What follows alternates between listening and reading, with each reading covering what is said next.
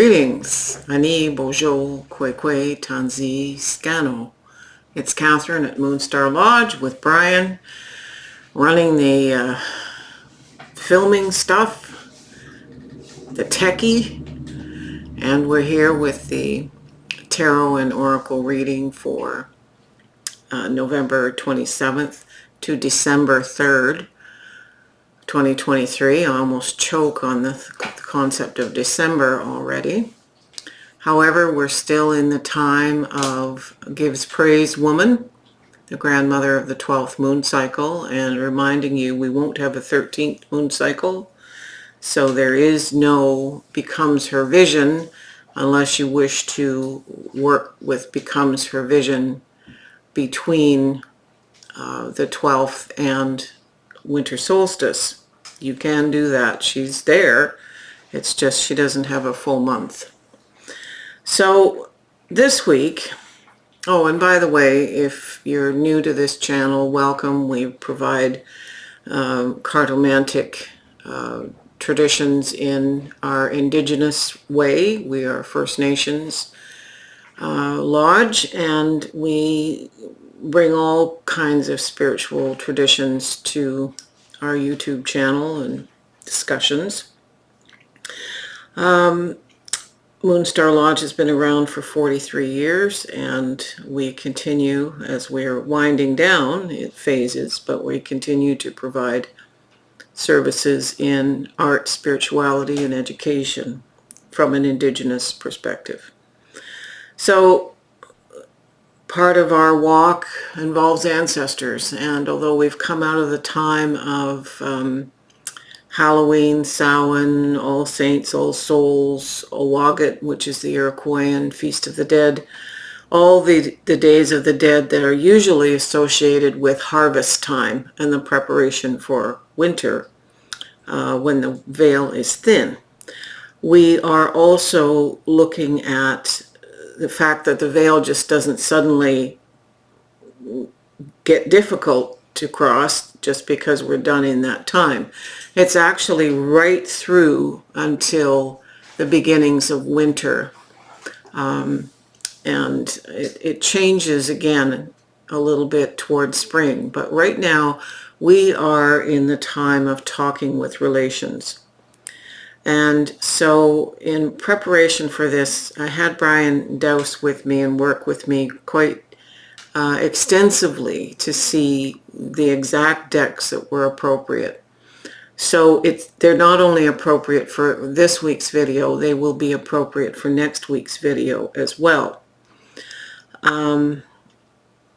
We have the Isis Oracle, because nobody loves dead ancestors quite like Egyptians. We have the Lantern Oracle, which is very much about shadow, and that's what the ancestors help us with, getting rid of intergenerational trauma and shadow, and working with ways of bringing lightness to ourselves so we can progress on our journey. The Dream Keeper's Tarot is part of this, again, working with archetypes and symbology. The Marigold Tarot, which I use pretty much regularly for ancestors. The Black Moon Lilith deck, which is a brand new release. It's about astrology plus. They're calling it alchemy. The Embroidered Graveyard. The Bone Tarot, which is about animal ancestor spirits. And the Beloved Dead by Carrie Paris. A very wonderful deck. So I'm going to move all these boxes to give myself more room here to work and fling cards about. All right, we can go to the reading, Brian. So here we are. Here are the 7 Dream Keepers tarot cards, and these are one each of the oracles that I mentioned. I'm using this tarot as an oracle as well. All right, and this tarot is the Ancestor deck. So we start with the Ace of Pentacles, followed by the King of Wands, followed by the Page of Wands, the Ace of Swords, so we've got two aces, the Knight of Swords, the Ten of Pentacles, and the Ace of Wands. So in fact, we have three aces. That's significant in a reading such as this. Starting with the Ace of Pentacles. Ace of Pentacles is about some kind of new monetary adventure, or how can I define that? Perhaps a new job, perhaps a new material gain, a new home. It has to do with family. And it's the incubating phase, so it hasn't taken off. It's clarified by the Seven of Cups, which is all about options. These are very much, could be good, could be bad. These are visionary things, things we can daydream about, but we don't want to daydream about what's going on here for too long, and we don't want to get pulled into a side stream that takes us down into negative trappings. So this is very much a very Piscean card in its perspective. I very much resonate to what goes on here, because when one gets focused on things which distract us from our plans and preparations, we can go down a rabbit hole and miss opportunities. The Ace of Pentacles is followed by the King of Wands. Now this came up in my hand in an awkward position, and I put it to the upright position, but I will state that the King of Wands here is all about ideas, sound, mature ideas for the collective, but can be narcissistic and shutting down of the passion. Wands are fire. Fire is spirit. It's the passion, the fire in the belly to proceed. But the king always has the maturity behind it to not make wacky-do mistakes. Whatever is being created here, and the Ace of Pentacles is part of it, and the Ace of Wands is part of it, and the Ace of Swords. So there's earth, there's air, and there's fire elements to whatever this new beginning. And if you recall, the Sagittarius short reel I pulled had the Fool card in it, and we've had the Fool card in one reading 3 times in the past couple of weeks. So there's new beginnings for all of us, and in this case, this new beginning, indicated this week, has every element except water, which is emotion. So the king is indicating that whatever is being created manifests itself by spring equinox.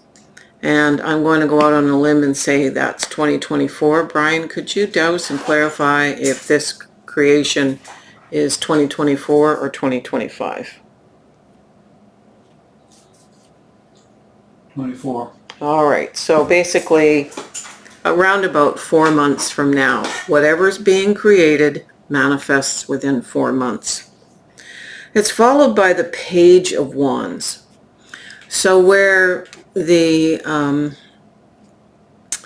King of Wands energy is mature and complete and still very passionate and directed, it's followed by the Page of Wands, and that Page of Wands is passionate in a lifelong way about things that have always been inspirational to this energy. So this could be music, this could be art, this could be something creative, it could be a business, it could be anything that's actually involving increasing one's economic flow.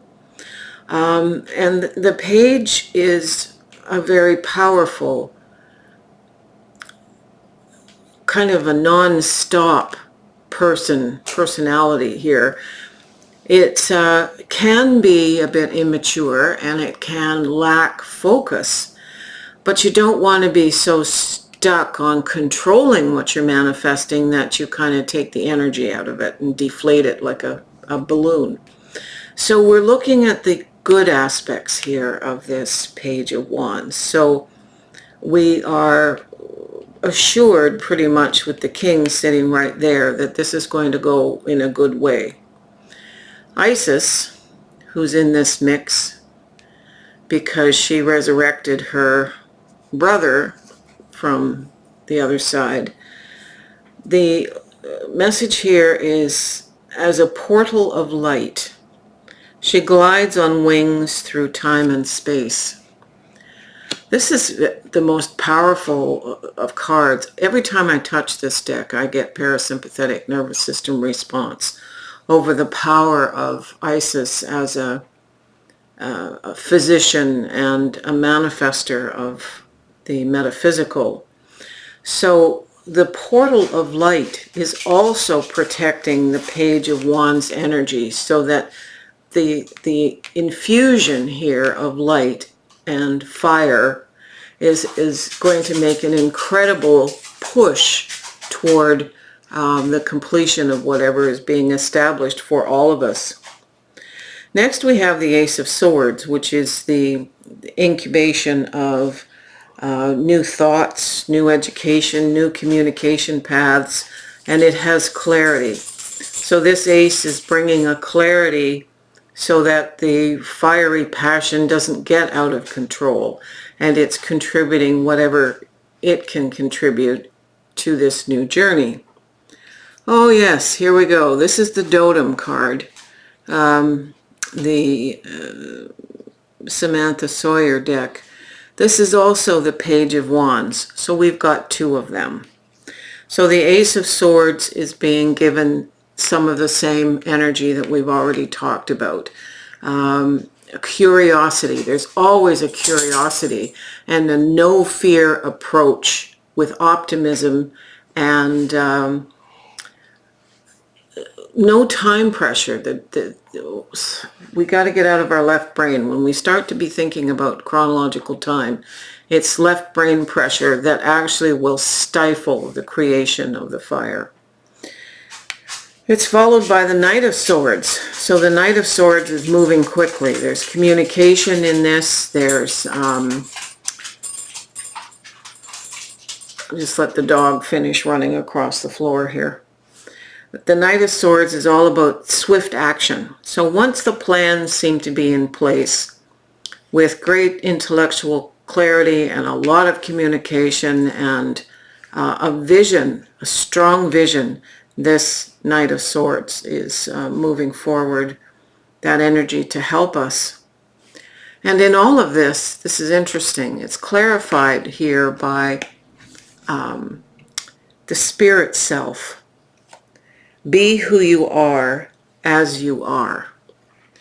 So remember to hold the focus of what's you firmly and not to be pressured by external forces who would want to modify or have you change. And this applies to each of us. This is about external pressures. So the ancestors are sitting on the other side of this external pressures. The ancestors are saying, whoa, don't let people in your present life who are incarnated alter or change your direction or cause you to feel you have to play a role. Be who you are in your spirit self. This is your authentic self.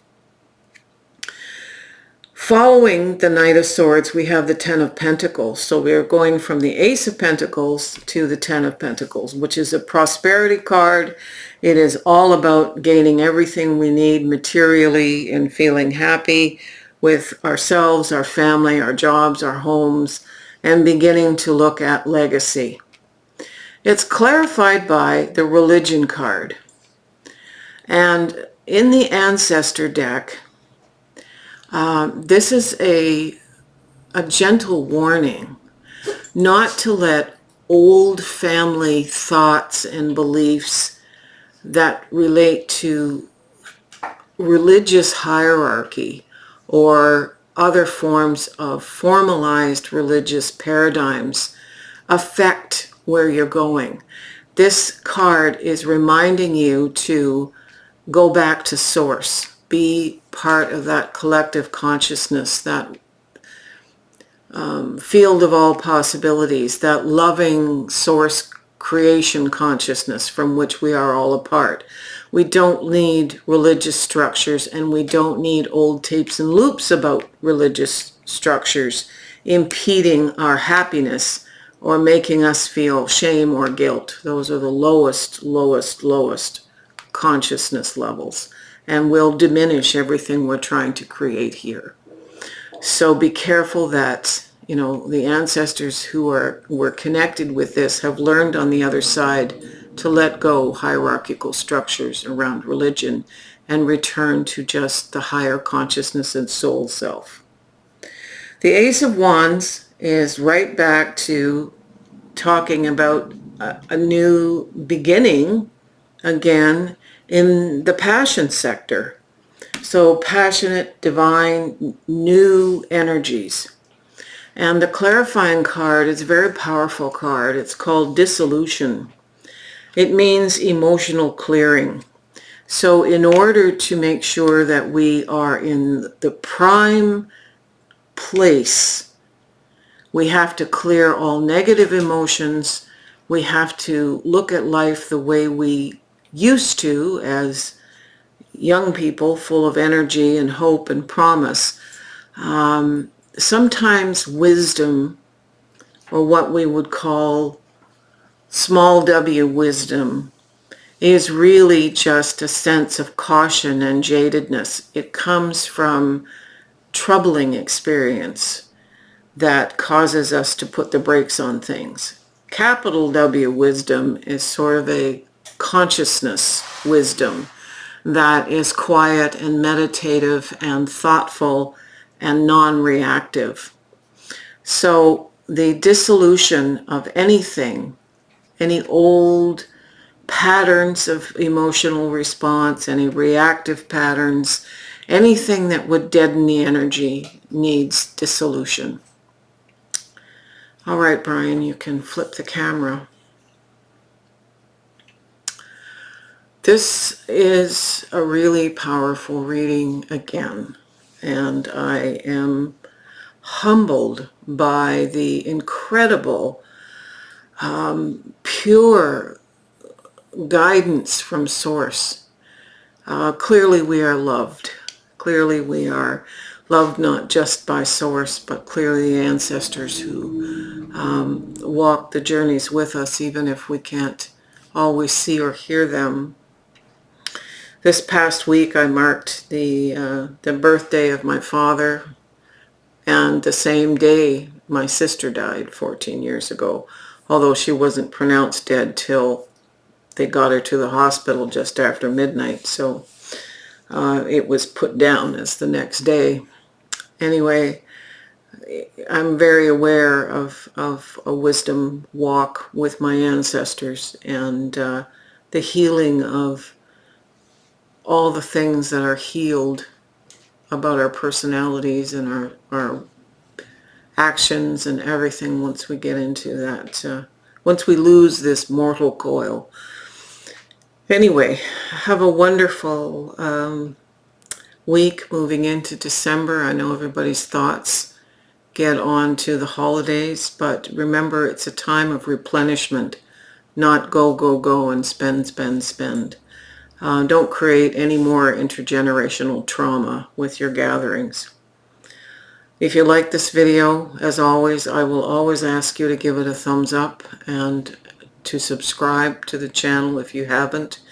That gives the message to Google that other people might like this channel and the videos.